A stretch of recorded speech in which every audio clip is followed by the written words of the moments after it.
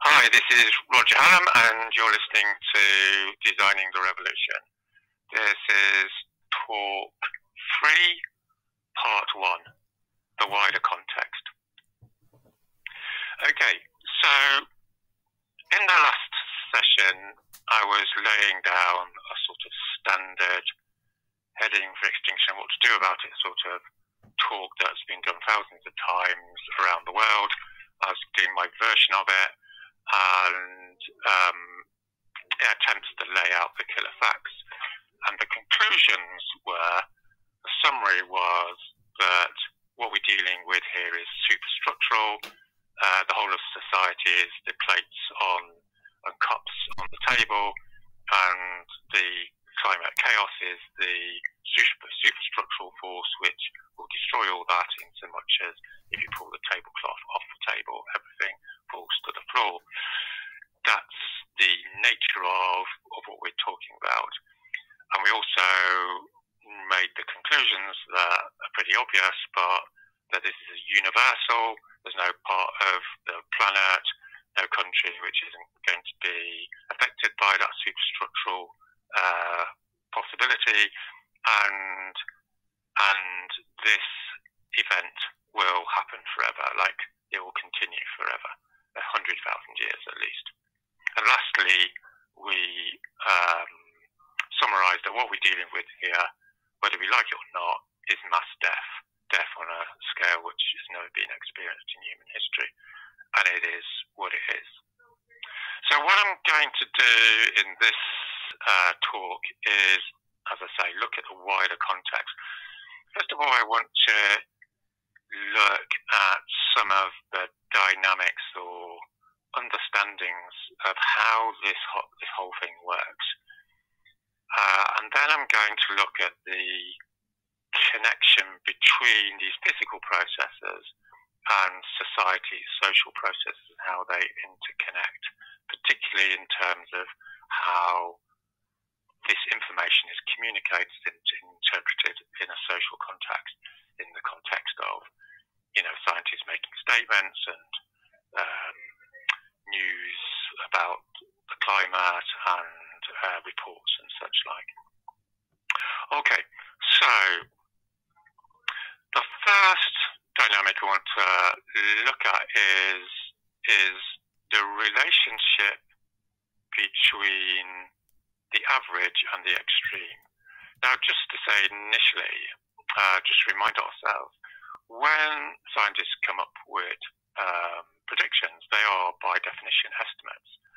And an estimate by definition couldn't be quite so bad, which of course a lot of climate deniers say, but they also, if they're going to be logical, say, well, it could be a lot worse.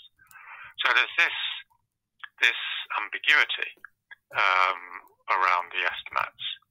But the point here is that if you make an estimate, there's also an extreme possibility. So most estimates are what you might call normal distribution curves, in the sense it's like a bell curve. It sort of goes up and then it goes down. You have these two long tails. And when you're looking at the consequences, what you need to look at is not the center of the curve, the center of the bell curve. What you need to look at is the worst extremity, because the worst extremity has massive negative effects. So to illustrate this, I'm just going to give an example from my farming experience. So as I think I said on the first session, I was a farmer for 25 years, used to grow a lot of different vegetables commercially, and for about 2 or 3 decades, I'd grow around 30,000 leeks a year in Wales. And on just about every year, I'd lose 5, maybe 10% of the crop. Some of the plants weren't very good, they get a little bit diseased, there'd be a bit of a frost, there'd be, these outliers. So it bobble up and down. And then one year, it was minus 15. It was like the coldest year for whatever 100,000 years, can't remember, about 15 years ago. And I think it was about minus 15 for 2 weeks. The upshot of it is is the frost, the cold, went right into the core of the leeks. And once the core of the leek freezes, then the whole plant dies. So if it's a little bit cold, if it's -10, you might lose like half the leek, all these different layers, a bit like an onion. Half of the outer layers disappear, go sludge. But in the spring, the leek comes back, and you might not have a great crop, but you've got a crop. But obviously, and it is obvious, at a certain point, by definition, you will come to freezing the core of the leek, and the core of the leek dies. Now, death is quite sort of interesting in a sense that what the definition of death means is it doesn't come back. It doesn't continue forever. So in the spring of that year, all these leeks turned to sludge. I mean, the entire leek and the entire crop. So that year, my production wasn't, 90-95% of the number of leeks I planted. It was zero. I mean, literally zero. I didn't crop a single leek because of this extreme sort of point of where death happens. So a similar thing happens with human beings, of course. You can go out on a chilly night, you get really, really cold, you get frostbite, you come back, but you live. But at a certain point, it's so cold that your whole body gets hypothermia, and you die, and you never come back. So what we're trying to say here is that at a certain point in a set of living entities, if they're extremely dry, extremely wet, extremely cold, extremely hot, then there's a point at which there's an exponential takeoff in the consequences. So an example of this might be fires.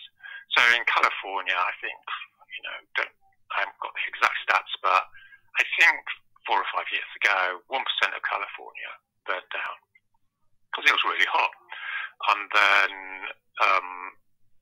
everyone thought that's terrible, that's the most it's ever burned down, ever. And then 2 years later, I think 2% of California had forest fires.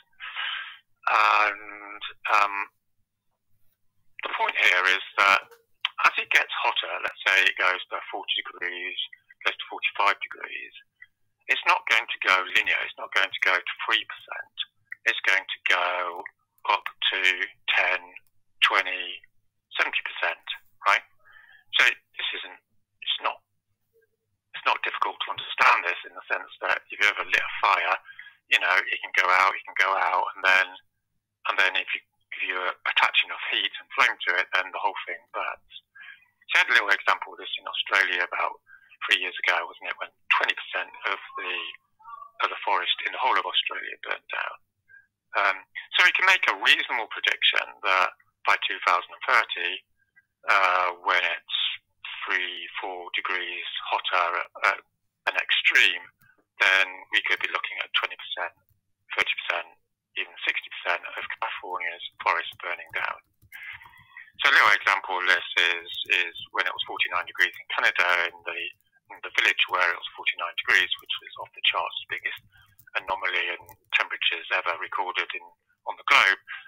3 days later, the village burnt down because everything set fire or combusted.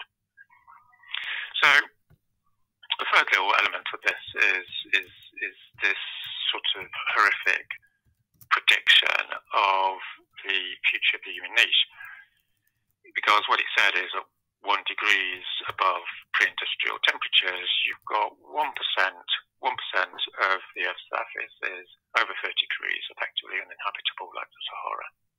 So if you have a linear mindset, you might say, well, at 2 degrees, if you double the temperature increase, 2 degrees, then the amount of uninhabitable Earth should increase proportionately, right? It should be about 2%, maybe 3%, for bad luck. But as it happens, at 2 degrees centigrade, I think they said 30%, but let's say for the sake of argument, 20-30% of the Earth's surface will be effectively uninhabitable. So do you get that, right?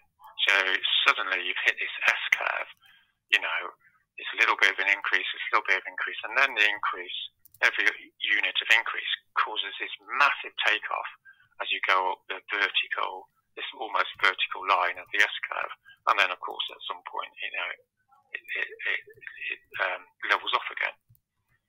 This is enormously important. I can't say how important it is, but it's important that we understand how this works. In other words, the dynamics underneath the facts. So this connects very closely to the phenomenon of tipping points, which I talked about briefly in the last session. So just to reiterate again, what tipping point is a point at which the whole thing takes off of its own accord and you can't bring it back. Now, one of the reasons I have a problem with tipping points is they don't really exist in any objective sense in the social sphere in society. So, for instance, if there's a big spate of murders in Leicester, 100 people are murdered. It's a terrible thing, and society and the social services and the police and what have you go into Leicester and they come up with a programme to bring it back to normal levels of murder, 1 or 2 a year. So, for instance, they might, put more money into it, they might arrest more criminal people, they'll do public information campaign, blah, blah, blah, and then they bring it back. So 99% of human experience, particularly for our generation, is that's the way the world works. Something gets bad, and then you do something about it, and it comes back, and then, everything's okay again. That's not how physics works. How physics works, and this is absolutely objective, basic principle of physics is there's a tipping point in a physical system, and because it's a physical system, there's no reflexivity in it. The ice doesn't have a conscience, it's not open to negotiation, and you totally lose the situation. It goes off of its own accord, like the murders go up to 1,000 and 10,000 if it happened on a social level. Okay, so the obvious example of this, which is irrefutable, is if you warm the Arctic up, which is what's happening obviously with carbon emissions, then the ice melts. That's pretty obvious, and that releases, makes more of the sea visible to the sun, and the sea is darker than the ice. I can't really dispute that. So obviously the sea is going to warm up, and that's going to create a temperature increase, and then more ice is going to disappear, which is going to create an even bigger temperature increase, and it's exponential. It gets hotter and hotter. So the stats are 70% of the volume of the ice in the Arctic that disappeared over the last 30 years. So you don't need to be a genius to work out what the peer-reviewed paper is saying, which is it'll be gone in the summer in around a decade or so. And similarly, as I mentioned with the Amazon, it's a self-perpetuating ecosystem. The reason the trees are there is because it rains. The reason it rains is because the trees are there and they evaporate the water. There's nothing particular about Brazil that makes there need to be a Amazon rainforest. It's because it exists, So at a certain tipping point, which apparently is around 20-25%, the area cannot sustain that system, and the whole thing dies back, whether you like it or not. Okay, so the third element, and again this is massively underpublicised, but again is, as far as I understand it, is a no-brainer, is when you put carbon into the atmosphere, it doesn't effectively the following day create a temperature increase. Now, a little analogy here is our cancer example. Our cancer example is, there's a real man type guy, 1950s guy, he's got a lump in his body. He doesn't think it is anything, and so he doesn't go to the doctor. And when he goes to a doctor, it's too late, and he dies. So he should have gone. He should have gone early. And this is what you hear on the adverts all the time, go to your doctor, get checked up. If you find cancer early, you'll survive. So the same thing applies to the human race in the sense that, we have this lump in the body, we have extreme weather, it's pretty bad, but it doesn't look that bad. But the fact of the matter is is it's not like that. There's the increase in how terrible the weather's going to get is already locked in. It's going to get a lot worse. So when we look at the effects of the carbon, putting carbon into the atmosphere, we don't need to look at what it is now, because we've got to look at what it is going to be in the next 10, 20 years, because that's already locked in. So this isn't just some fake theory. There's peer-reviewed papers on it. You can look them up. So there's three elements. I mean, there's several other elements, but there's three elements that create this delayed effect. So the first one is what's called the carbon lag. It's pretty obvious. Put carbon into the atmosphere. The carbon we are having the effect of now was put into the atmosphere, for the sake of argument, about 10 years ago. So the effect of the carbon for the last 10 years is yet to come through. And the effect of that, there's actually numbers on it. It's around half a degree centigrade increase is locked in because of carbon. There's some discussion around it. Some people think it's only 0.2, 0.3. Some people think it could be a whole 1 degrees. But it stands to reason that it's not immediate. The second thing is global dimming. So it's a little bit complicated, but the pollution which is put into the atmosphere by burning fossil fuels like coal and what have you puts all these polluting aerosols or tiny particles into the atmosphere. It's not difficult to understand that blocks the sun's rays, so it reduces the effect of global warming. So as we get rid of coal and stop having carbon emissions emitting, paradoxically, that temporarily will heat up the Earth, because all this pollution quite rapidly, in a matter of a year or two, will fall to the Earth, and you'll get extra sun's rays. So again, there's papers on it, and the stats are that once this happens, we need to add between 0.5 and 1 degree centigrade of global warming. And the last one is the Arctic. Paper on the Arctic saying once the Arctic is melted in the summer, it's going to add 0.4 degrees centigrade to global warming, because you're going to have this massive expanse of water, and that's going to attract more heat through the dark water, as I explained a few minutes ago. So this is a massive bombshell, assuming you can get your head around understanding it, or at least accepting it, because on the face of it, we've got 1, maybe 2 degrees centigrade of warming already locked into the system, which takes us over 2 degrees centigrade, without even taking into account that humans aren't obviously going to suddenly stop putting carbon into the atmosphere tomorrow. So you've got obviously the added effect of that. So the second thing I want to talk about in this session is the conservatism of scientists, the conservatism of science communication, documents that come out of scientific institutions or the UN and what have you. This is, how can I put it, beyond description important, because what comes out of these institutions and from these people creates what you might call the cultural baseline. Is what they talk about on all the news and what the NGOs talk about, and therefore what 80-90% of the world talks about when they're thinking about the degree of risk and horror that's coming down the road. So if this is wrong, then it has a massive structural effect on our ability to understand what's going on. And it is wrong. From a social science point of view on this shouldn't be at all unexpected. Human beings are not God. They have biases, they have cultures, they have agendas, they have egos, they experience hope and fear, they're political animals and such like.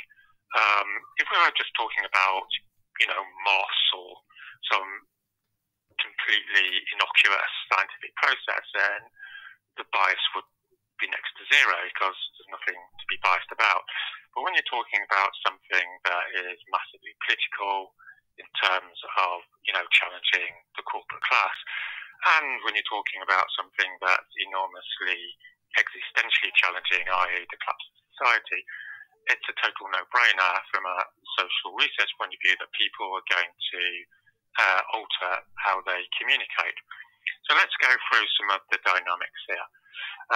As you'll remember, there was an article in The Conversation magazine, as I mentioned in the first talk, where three scientists said that they didn't know of any scientists at the Paris conference of 2015 who thought that we would be able to stay under 1.5 degrees.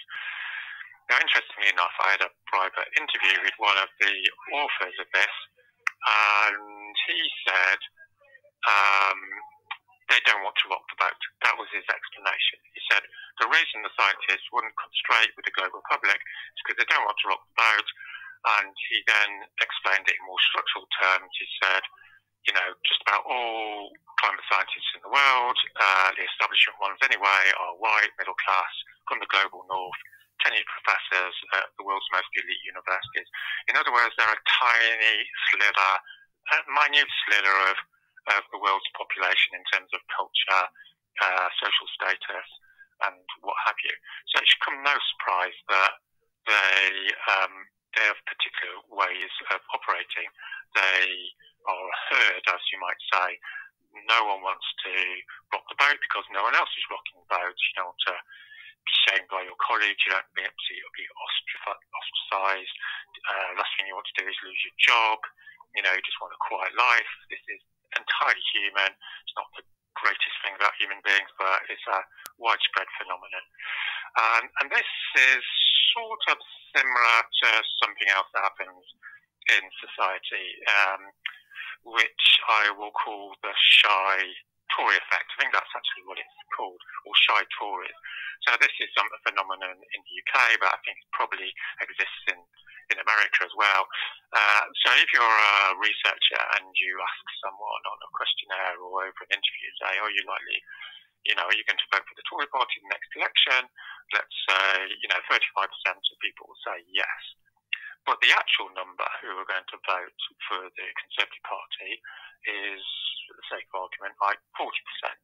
Why is that? Because 5% of the people actually lied to you because they don't want it to be known that they vote for the Tories because they like to think of themselves as, you know, not selfish individuals or whatever, but secretly they are, and when they get into the polling booth, they're going to vote for the Tories because no one's going to know. So this is a systematic thing. There's nothing political about it. It's, you know, run-of-the-mill social scientific practice, but you need to take that into account. So when it comes out at 35%, the polling company or whatever, you know, to simplify somewhat, will say, right, so we predict, an accurate prediction is to say 40% of the population will vote for the Tories.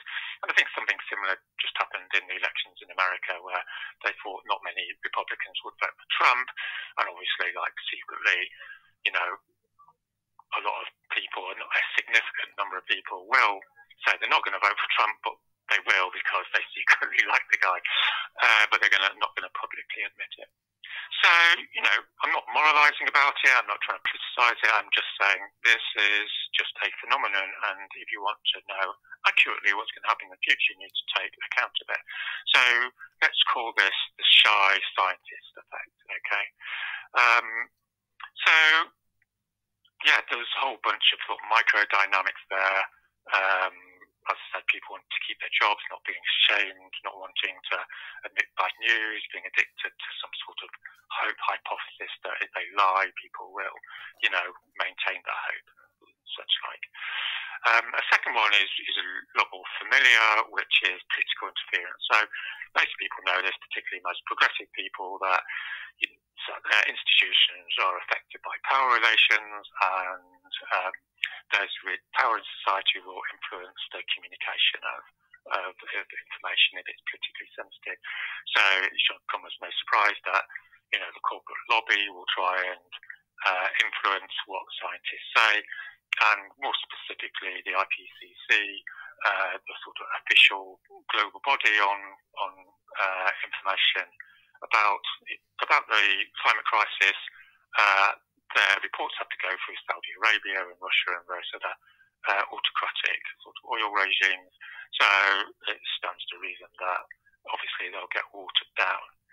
Okay, so far so good, as you might say. But the real problem here is a lot more complicated, but it's massively insidious in the sense that it's I think the core problem.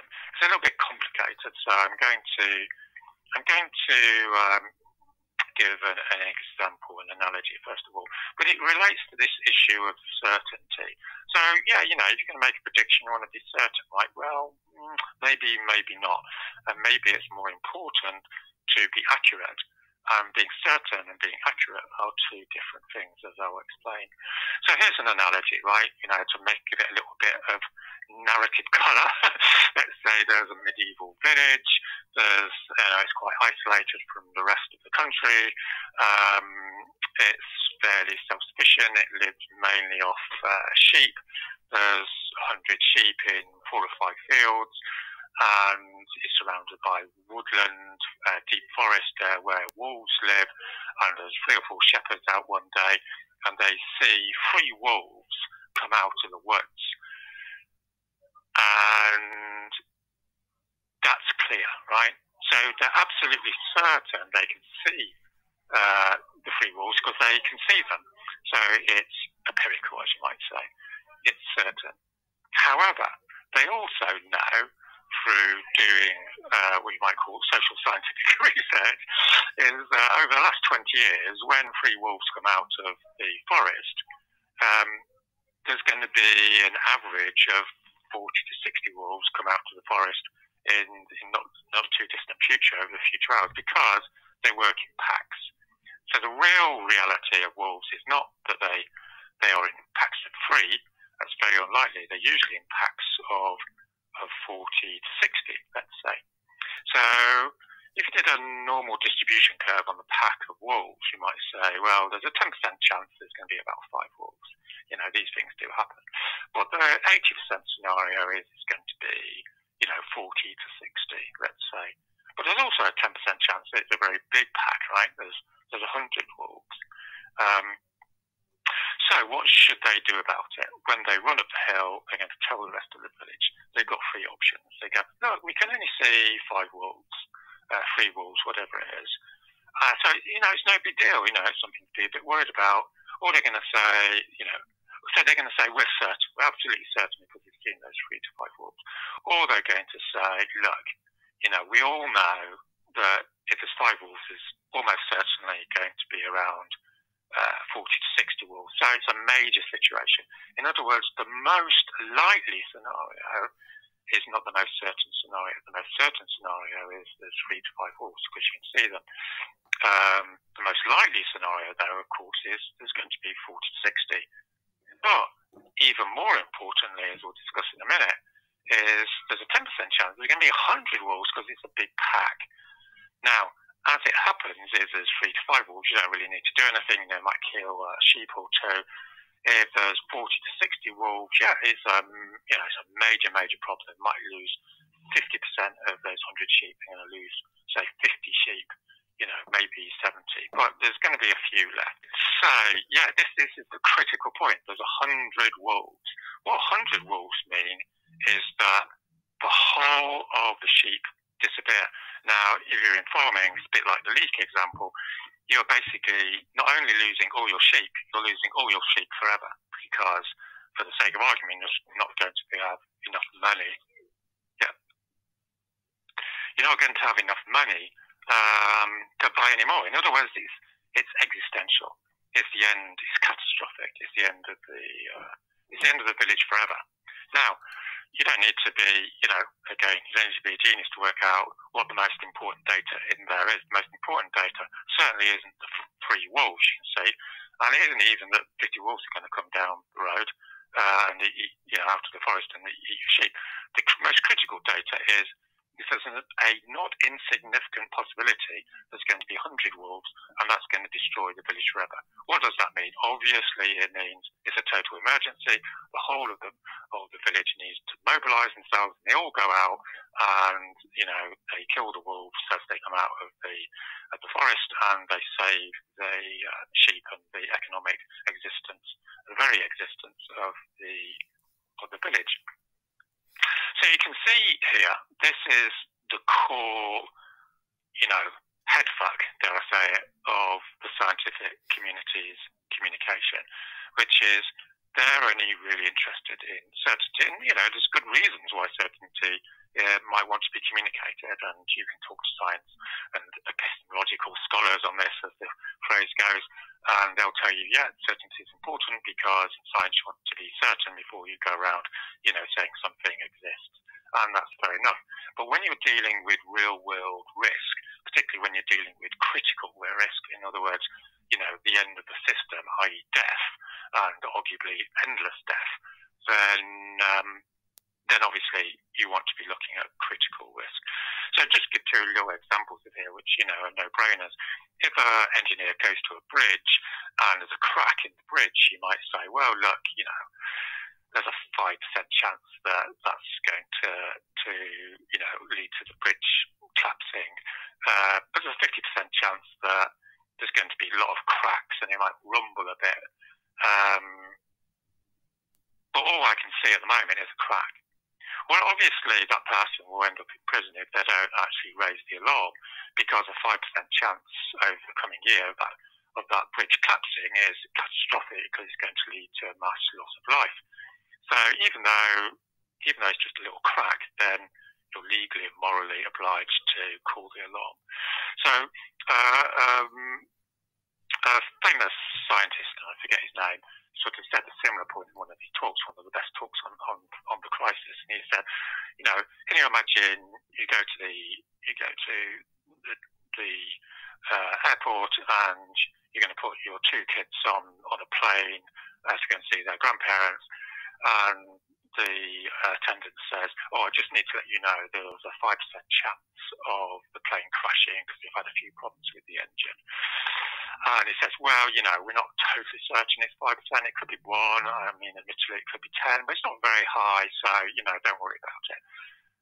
You're not going to go, oh yeah, that's okay, it's only 1 chance in 20, No, you're going to say, look, this is absolutely outrageous, you're off your head, you're mad out of your head, you should be arrested, the executive of the company should be in prison. It's a catastrophic risk. There's no way in a million years you're going to risk your kids, unless you're some weird psychopath, on a 1 in 20 chance. Okay, and as it happens, I actually looked up on the internet. I think the chances of a plane crashing is 1 in 11 million. So why is that? Because it would lead to a catastrophic loss of life, and dare I say it, airlines discovered in a good 30, 40 years ago that even a slight risk of a plane crashing would stop people from getting on board for obvious reasons. Okay, so this is like major stuff, okay? So in summary, what we need to think about here, and again, I want to emphasize that this is not some big political conspiracy sort of point, right? This is standard analytical social scientific practice. There's a structural bias in the communication by establishment scientists, by official world bodies on what they say is going to happen in the future. And just for the record, after this, listening to this, you can look up a bunch of other dynamics. This is by no means the only ones, but they're the most significant ones. So, I'm no longer at King's College as a social scientist, but if I was there, or if I was in the social science department, and if there's social scientists listening to this, they might want to do this, is that what most important research at the moment would involve is getting a statistically significant number of science predictions from establishment scientists, 100, 200, and then working out the degree to which they're conservative and doing a quantitative sort of average. So my sort of back of the envelope sort of analysis is as follows, which may be right, might be a bit wrong, but it's probably in the ballpark. So 2 data points. First of all, 10, 15 years ago, the scientific consensus was we'd be hitting 1.5 degrees centigrade by 2050. That was the official communication. Of course, privately, no doubt, they thought that was rubbish. But and the official communication was that the ice would melt in the Arctic around 2100.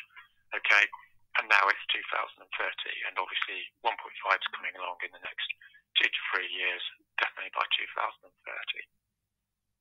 So those are 2 massive data points of killer facts that have been completely, massively wrong through the certainty bias of the scientific community, the free wolves coming out of the forest syndrome. Okay, so these are my predictions. So first of all, what we know from the article under conversation is 8 years ago, around a decade ago, most scientists around the world already knew that 1.5 was locked in. Okay, so it's only been officially recognised. The UN a few weeks ago, as I've said, has said 1.5 degrees is no longer credible, which is, official science speak for it's a dead duck. We're definitely going 1.5. So we know that there's a 10-year lag there. So what we can probably predict with some accuracy is the real situation is that 2 degrees centigrade is no longer credible, and a scientist will come along in 2032 and admit that 2 degrees is no longer credible. So you see how that works. If you want to be smart, what you need to do is factor in this structural bias, which is massively significant. Okay, so the last example here is the situation with the Greenland ice sheet and Antarctica. So I talked to a guy called Jason Box, I think that's what he's called. So he's arguably the world's leading science expert, been to Greenland dozens of times and what have you. So I had a chat with him, and I think he said it publicly that the Greenland ice sheet is now past the point of no return, the tipping point. It's definitely going to melt. No surprises, it's hot, the ice melts. I think it's 5 meters of sea level rise are now locked in because of the degree of heat that there is in the Arctic. Now, I think you'll probably say that you was pretty sure this would happen like 10 years ago. So again, you have this for the sake of argument, 10-year lag. So the official scientific certainty fetish, as it were, on Antarctica is it's in the balance, particularly the west Antarctica. That's, I think, something like 7 meters sea level rise as well. The idea is, as you may know, that there's these massive glaciers and they're sort of blocked in at the moment, but once the front of them sort of slides into the sea, obviously the whole thing slides into the sea, and arguably it's going to happen really, really quickly, and what have you. But from a sort of smart analysis point of view, taking into account this inbuilt bias, we can say when they say it's not certain yet that the West Antarctica ice sheet is going to melt, what we interpret that as is the most likely probability is that it is going to melt. Okay, it's not certain, right? But the best prediction is it's now going to melt for the reasons we've just discussed. So that gives you a sort of hopefully a deeper understanding of what we're looking at. You've got these raw killer facts, and but this gives you like the rules of the game, as you might say. Okay, so there's a bunch of other things to talk about as well, which I'll do in part 2, and I'll speak to you then.